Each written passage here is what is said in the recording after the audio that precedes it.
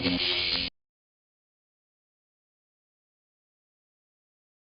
I have an intern that I see has good qualities, but the intern can't run the race. They drop out, they don't show up, they're there for a day or two, then I don't see them for 4 or 5 weeks. That's a problem. The other thing even more than that is even worrying about approaching us. Like, I've never really understood that, why another producers want to approach us, because what do we need to be for?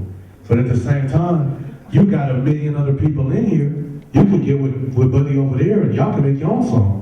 You know what I mean? And especially in Atlanta, it's the home of we don't care where you're from or what you do. If you got a hot song, we'll dance to it for a month or whatever it is, and it'll turn into something. You know what I mean? So instead of always worrying about chasing the Waynes or the big artists, chase who you can chase, because that's how we got with Wayne. We were messing with this new artist, Drake, who's from Toronto. We know Drake for about 4 years before his little hype blew up, but we gave him a CD.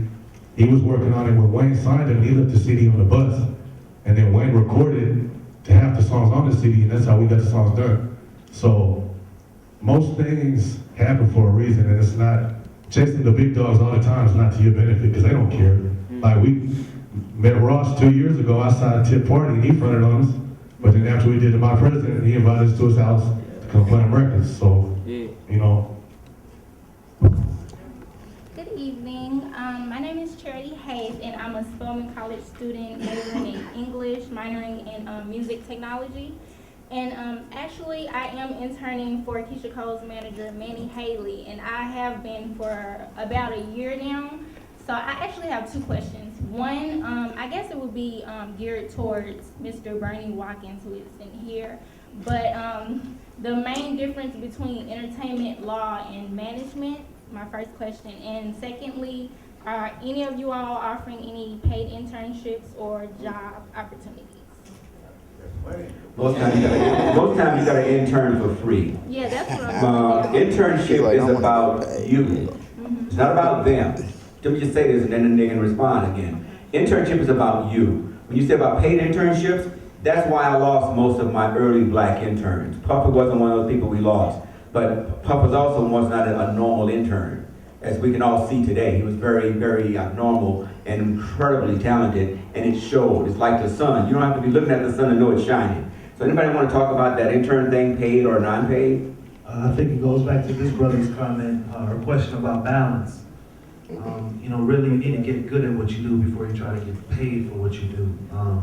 And until you've really proven yourself, then you put an employer or a potential employer in a difficult position when it comes to paying you, because there are so many people out here who are highly qualified who can't get paid and are looking for work as well. But what I would urge you to do is to balance your time. You know, the amount of time that you put into an unpaid internship just for knowledge, you need to put that much time, if not more, into something that's going to increase your finances. You know what I mean? So work, get a job, you know, do what you got to do. It's not about free, and it's not about us getting free labor. You know what I mean? So look for the balance. I'm going to ask our event producer to make a comment on the internship thing too, because she is one of the people who fed me interns when I was the president of MCA's music division, and I've come to know her better today and have a world of respect for what that whole process is all about. But I've always respected the interns. Lynn Jeter. As I said earlier, when I first opened, that's the main focus for me. I've placed interns for over 20 years. I've placed them across the board in different jobs within the entertainment business. I have great success stories, as Ernie does, with those that have interned. At BET right now, in the corporate communication department in Los Angeles, there are 7 people that work there that all worked and started interning with my company. So if you listen to what Maestro said earlier, Mario introduced him to his first equipment to know he had the gift to produce. So it really is important that these panelists here, at the end of the day, when we have our networking session after the showcase, that anyone that you want to intern with, and if you signed in my sign-up sheet, we're going to make sure that they know that you're interested in interning. The young lady who's interning for Manny you could not learn more, and you could not begin to pay enough dues yet to be able to get a paid job in the industry. And I don't mean that to be cruel, but the real talk of it really is that with a BA degree, when you get out of school, the probability of you getting a job in entertainment is very, very small. But if you've interned prior to graduating, I think Serge will speak to that, that you have work experience to be able to come and work for Serge at SoSoDef or for Trey at ASCAP, because that work experience on your resume as an intern, if you do well, guess what? Trey remembers that, and he brings you back in to be able to intern. So really, to the young lady, it's the tenacity and you being able to believe, and I really believe this, you guys, none of you are mediocre. None of you. You wouldn't be here getting this knowledge. So when you get into an internship, don't deal with mediocrity. It's not a really good look. And it really doesn't move you along as quickly as, say, Puffy, who did everything.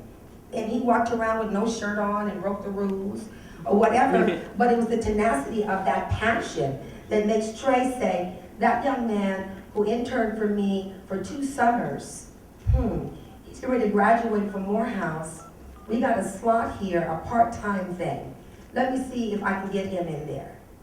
And you must remember the success of interns, I think your panelists can speak to in a very, very big way, because the guys who produced, they hung with the guys who were producing that they wanted to learn from, am I right? And so you have to do the same thing. You want to produce? Intern. Carry Maestro's bag. Carry Kenny's cords. Carry Dow Jones's computer. If that's what it means, don't be arrogant to say, I don't do Windows. You do it all to intern, to learn. I'll tell you a really quick story, then I'm going to go back to the panel. If you work in any agency, whether it's William Morris, CAA, ICM, any of them, I don't care. We don't care what school you went to, we don't care what degree you have, because you start in the mailroom. Everybody does. Everybody does. A senior VP at William Morris right now who looks like you, who went to Howard undergrad, he started in the mailroom. He has a law degree. You can imagine his parents said, what are you doing? We spent $100,000 for you to work in the mailroom? But that's real, because he knew what he wanted to do, and he is now a vice president at William Morris in less than 5 years.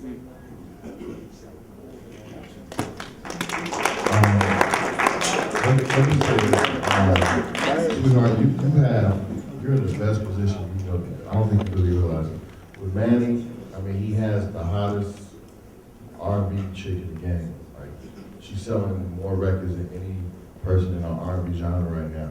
She has her own TV show. She has everything that she's doing for herself right now. She's actually changed her image. So if you do something spectacular for Manny and for her, you're gonna get noticed one way or another. I'll give you an example.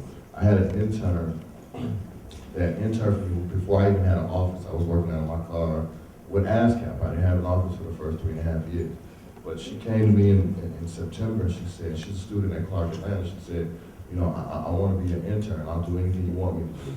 And she did, and she ended up doing this, I guess she was a communication major, and they had to do their project, and she ended up setting this huge panel up for me, this management panel. We had, you know, the late Shakir Stewart, rest in peace. We had Shaka, we had Chris Hicks, we had the creme of the creme as far as executives in the business. Well, as she was setting up the panel, she was so thorough in what she was doing, she actually got